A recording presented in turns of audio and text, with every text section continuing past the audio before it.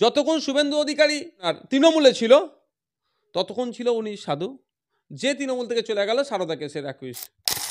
একটা বিষয় সোশ্যাল মিডিয়ায় আমরা দেখছি যে ভাঙড়ের তৃণমূলের নেতা শওকত মোল্লার সঙ্গে একটা মহিলার ছবি আইএসএফ এর বিভিন্ন গ্রুপে বা আইএসএফ এর সোশ্যাল মিডিয়ার ছেলেরা দেখছি পোস্ট করছে আইএসএফ থেকে চলে যাওয়া একজন নেত্রীর নাম দিয়ে।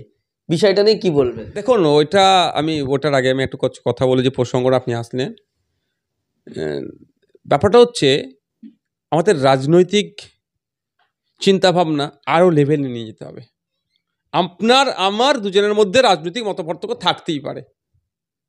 আপনি আমাদের রাজনৈতিক দলের সাথে যুক্ত ছিলেন, ভিন্ন কারণে, লোভে হোক, ভয়ে হোক, বিভিন্ন সমস্যাতে হোক, সমাধানের জন্য আপনি অন্য রাজনৈতিক দলে গিয়েছেন। তা আপনার কাছ থেকেও আশা করতে হবে যে রাজনৈতিক সৌজন্যতা। আর সাথে সাথে ঠিক কেমন হচ্ছে দেখুন, যতক্ষণ শুভেন্দু অধিকারী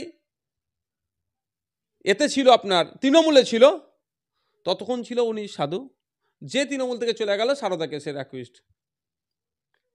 কিন্তু সেই সৌজন্যতা আমরা আজকে হারিয়ে ফেলছি।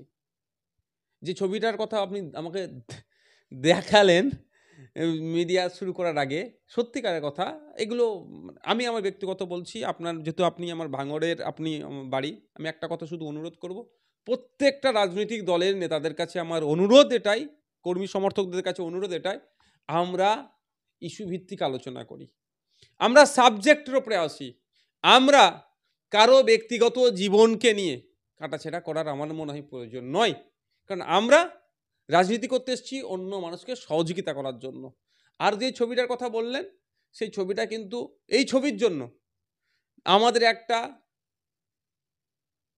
সেই সময় ভাঙড়ের এক নেতা নয়, একটা সাধারণ মানুষ একটা ফরওয়ার্ড করেছিল, শওকত সাহেব তার নামে মামলা দিয়ে কিছুদিন জেলও খাটিয়েছিল।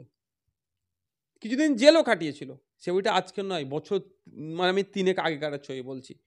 আর সেই ছবিটা যখন ছিল, তাহলে বছর 3 আগেকার, মানে স্বাভাবিকভাবে ওই ছবিটার ইনফরমেশান দেওয়ার ক্ষেত্রে ভুল হচ্ছে। তবে যে ছবিটা ছেড়েছে, আমি অনুরোধ এটাই করব যে ছবি পার্সোনাল ব্যাপারটা নিয়ে আমার যদি নওশাদ সিদ্দিকীর রাজনীতি আদর্শ হচ্ছে, এটা নিয়ে পাবলিকলি করা উচিত না।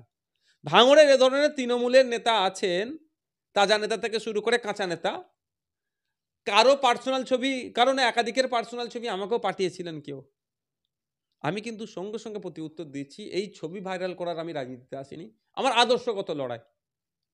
কেউ অধ্যাপিকাকে জগ ছুঁড়ে মারলে তার বিরুদ্ধে যেমন বলবো, ঠিক একইভাবে কেউ জোর জবস্তি ওখানে খাল বুঝিয়ে বিল্ডিং করলে তারও বিরুদ্ধে বলবো, তার বিরুদ্ধে থানায় লিখিত কমপ্লেন দেবো। এই লড়াই আমার আদর্শগত লড়াই হচ্ছে ভাঙড়ে কিভাবে কলেজ হবে, ভাঙড়ে কিভাবে শিক্ষার পরিবেশ তৈরি হবে, ভাঙড়ে কিভাবে স্বাস্থ্যকেন্দ্রের মান উন্নয়ন হবে, ভাঙড়ের মানুষজন কিভাবে কাজ পাবে, কাজের মূল্যায়ন হবে, তাদের শ্রমের মূল্যায়ন হবে, এই লড়াই আমাদের। সুতরাং আমি অনুরোধ করব প্রত্যেকটা রাজনৈতিক দলের নেতাদের, কর্মীদেরকে এবং সাধারণ ভালোবাসার মানুষদেরকে, যে আপনি যেটা লিখছেন, আপনি যেটা শেয়ার করছেন, সেটা সমাজে কতটা ভালো কাজের জন্য হচ্ছে সেটা মাথায় রাখা উচিত। আপনি দেখবেন, আমি ব্যক্তিগত বলছি, আমি আজ পর্যন্ত আমাকে অনেকেই অনেকভাবে গালাগালি করেছে, রাজনৈতিক মঞ্চ থেকে আমাকে নামে ছোট বড় অনেক আক্রমণ করেছে, আমার নামে অনেক অপবাদ দিয়ে অনেক এডিট করে ছবি ছেড়েছে, আমার নামে অনেক ছবি ছেড়ে আমাকে মানে খারাপ প্রমাণ করার জন্য অনেক মামলা আমার নামে হয়েছে, বিভিন্ন ধারায় মামলা হয়েছে। আমি কিন্তু একটাই জানি, মন জানে পাপ আর মা জানে বাপ। আমি তাদের কারো বিরুদ্ধে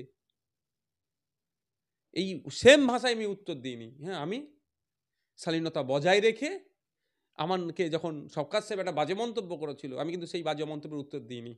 আমি শওকত সাহেবকে কোর্টে নিয়ে এসেছি একবার, আবার কোর্টে নিয়ে এসে যাওয়ার জন্য নোটিশ পাঠিয়েছি, তিনি আসেননি, আগামী দিনে তাকে আসতেই হবে। তো আমি অনুরোধ এটাই, আপনার কোনো বক্তব্য যদি অন্যের কারো ভালো না লাগতে, অন্যের কোনো বক্তব্য আপনার যদি না ভালো লাগে, আপনি তার বিরুদ্ধে আইনত ব্যবস্থা করুন, যদি প্রতিবাদ করেন শালীনতা বজায় রেখে করবেন। এই ধরনের এই যে সিস্টেমটা চলছে, এটা আমি অনুরোধ ভাঙড়ের মানুষের কাছে, ভাঙড়ের বদনাম হবে। আর আমি ভাঙড়ের সবসময় সুনাম চাই। ভাঙড়ের বদনাম করার জন্য কিছু রাজনৈতিক নেতারা আছে, তাদের জন্য ভাঙড়ের বদনাম হচ্ছে, সাধারণ মানুষ দ্বারা ভাঙড়ের বদনাম হয়নি। এইগুলো চালাচালিতে ক্ষতি হতে পারে। অনুরোধ এটাই, এগুলো বন্ধ করুন আপনারা, আদর্শগত হোক, নীতিগত লড়াই হোক।